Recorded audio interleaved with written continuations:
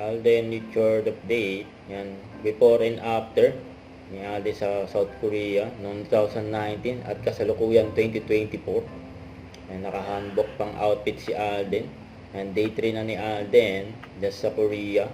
South Korea kasama sila Mama Ten Leisang at Team Aldenatics just sa Jeongbokgung Palace.